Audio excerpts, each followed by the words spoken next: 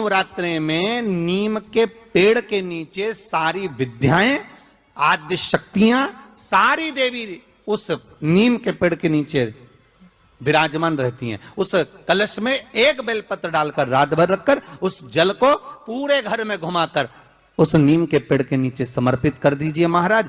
घर में भय लगना बंद हो जाएगा, कोई बड़ी बीमारी आपको घेरेगी नहीं और उस बीमारी से, उस रोग से आप मुक्त रहेंगे। उस बीमारी से, उस रोग से आप मुक्त पाएंगे।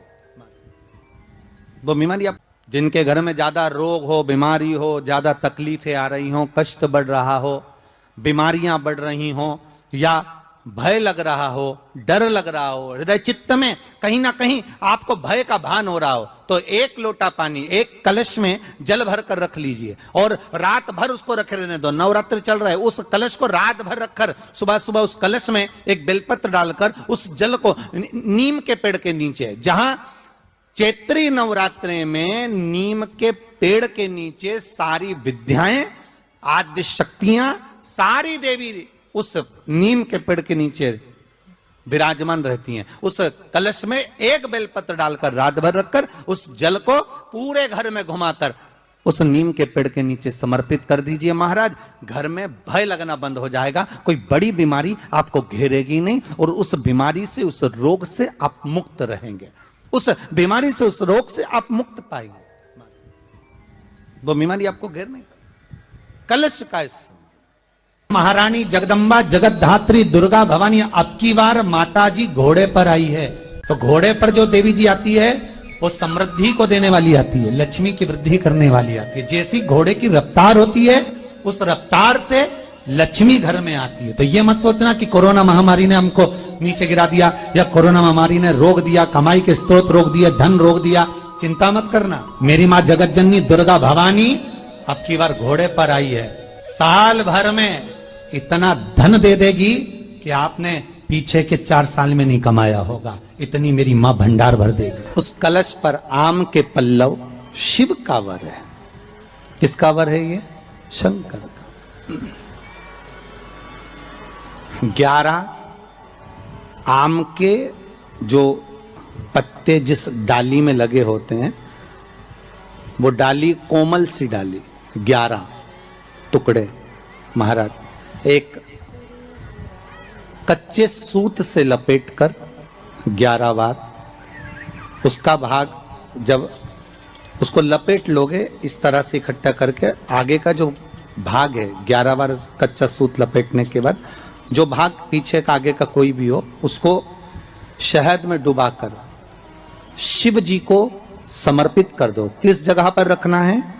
अशोक सुंदरी वाली जगह। अशोक सुंदरी की जगह जानते हो आप लोग, पहले भी आपको बताया है, आज फिर आपको वर्णन कर दें।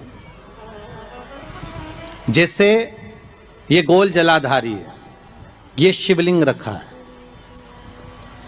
ये 2 जहां से पानी बह रहा है बाबा के चरणारविंद, राइट में श्री गणेश जी का स्थान, लेफ्ट में कार्तिकेय का स्थान, बीच में अशोक सुंदरी की जगह।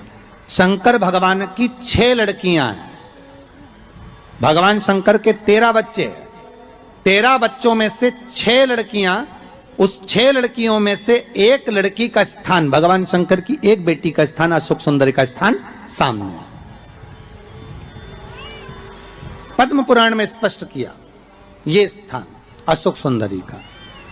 शंकर भगवान की जलाधारी में पार्वती जी का हस्त कमल, ऊपर से जो एक एक बूंद पानी गिरता है, ये शंकर भगवान की 5 लड़कियों का स्थान है। जया, विषहरा, शामरी बारी, दौतली और देव। शंकर भगवान की 5 लड़कियां भगवान शंकर के मस्तक पे जल की धार गिरा रही हैं। बीच में जो अशोक सुंदरी का स्थान है महाराज, उस जगह पर शहद का मुख, जो शहद आपने भिंगोया है, उस शहद का मुख शंकर जी की ओर कर कर इसी चैत्र के महीने में, इन्हीं नवरात्रि में शंकर भगवान के उस अशोक सुंदरी की जगह पर शहद का भाग शिव जी की ओर रख दें। महाराज अगर घर में संपदा की कमी हो या कोई पैसा खा गया हो, रुपया नहीं दे रहा हो, पैसा अटक गया हो, तो उस शहद को शिव जी की ओर मुख कर कर उस आम के पल्लव की जो डंडी है उसको 11 डंडी को वहां रख दीजिए और उससे अपनी कामना कर कर आ जाइए।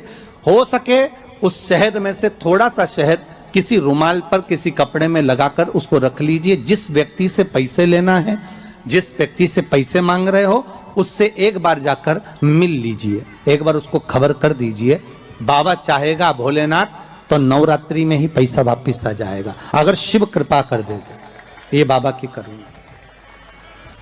आम का पल्लव कोई साधारण नहीं जिसको कलश के ऊपर रखा जाता है, शिव की कृपा। जिस आम के पेड़ पर स्वयं कामदेव चढ़कर भगवान शंकर के तीसरे नेत्र द्वारा जलकर भस्म हो जाते हैं, वो आम का पेड़ साधारण नहीं हो सकता, सहज नहीं है। और वैसे भी शिव शिव है महाराज। सबसे पहली नवरात्रि का व्रत किसने किया था? उत्तर दीजिए। सबसे पहला नवरात्रि का व्रत, नवरात्रि की उपासना सबसे पहले किसने करी थी? भगवान राम। अश्विन के नवरात्रि में भगवान राम ने 9 दिन तक कलश की स्थापना कर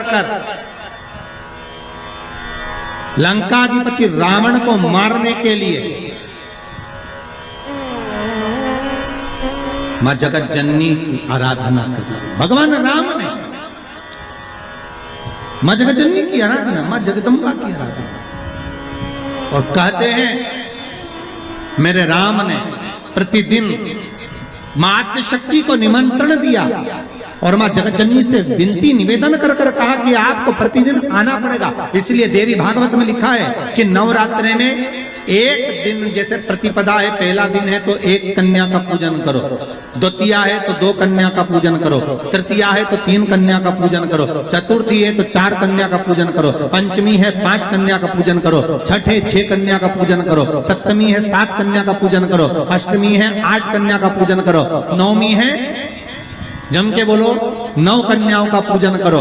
और अगर इस तरह से आप पूजन नहीं कर सकते नवरात्रि में तो 9 कन्याओं का पूजन एक साथ या तो अष्टमी के दिन या नवमी के दिन कर दो, या मध्य में बीच में भी आप कर सकते हो एक साथ। पर अगर आपकी कोई कामना है, आपकी कोई इच्छा है, मालूम पड़े, जैसे कई लोग कहते हैं कि हमारी इच्छा है, हमारी वो मकान नहीं बिक रहा, या हमारी वो जमीन नहीं खरीदी जा रही, या हमारी कोई कंपनी नहीं डल रही, या हमारे काम में ये अड़चन आ रही है, तो नवरात्रि में 4 नवरात्रि में से किसी भी नवरात्रि में आप नियम बना लो कि एक कलश की स्थापना कर कर एक दिन में एक कन्या का पूजन कर कर उसको भोजन कराना, लाल वस्त्र देना, लाल चुनरी देना, दूसरे दिन में 2 कन्याओं का पूजन कर कर लाल वस्त्र ओढ़ाना, लाल चुनरी देना, तीसरे दिन में 3, चौथे दिन में 4, 5वें दिन में 5, ऐसे 7-9 दिन तक एक एक कन्याओं के क्रम को बढ़ाते बढ़ाते बढ़ाते बढ़ाते आप उस पूजन का विधान प्रबल कर सकते।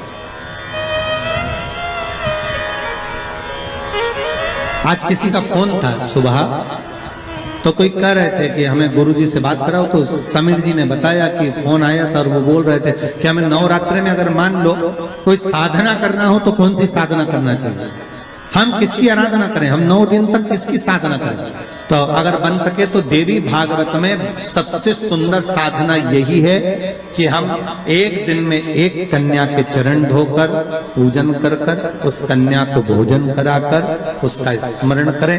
हाँ, ये जरूर है तब आप किसी कन्या को एक दिन में 1, 2 दिन में 2, 3 दिन में 3, 4 दिन में 4, 5 दिन में 5, ऐसे नवरात्रि 4 बार जो नवरात्रि आती, किसी भी नवरात्रि में आप स्मरण कर उसका फल मिलेगा।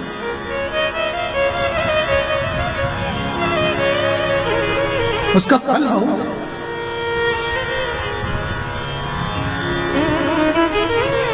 जैसे बेलपत्री का किया गया दान छिन्न नहीं माना गया। किस चीज का दान? जम के बोलिए जरा। बेलपत्री। बेलपत्री का किया गया दान छिन्न दान नहीं है, समाप्ति नहीं होती। बेलपत्री अगर आपने कोई आपसे कहा जी जी तुम्हारे यहाँ बेलपत्री लगी है, जरा 8-10 दे दोगी क्या? बिल्कुल। और उससे कहो बेलपत्र तू मत तोड़, हम तोड़ कर देते, और अपने हाथ से बेलपत्र निकाल कर उसको दो दान। ये छिन्न दान नहीं है, ये समाप्त नहीं होता। ये बेलपत्र का दान अविरल दान बढ़ता है।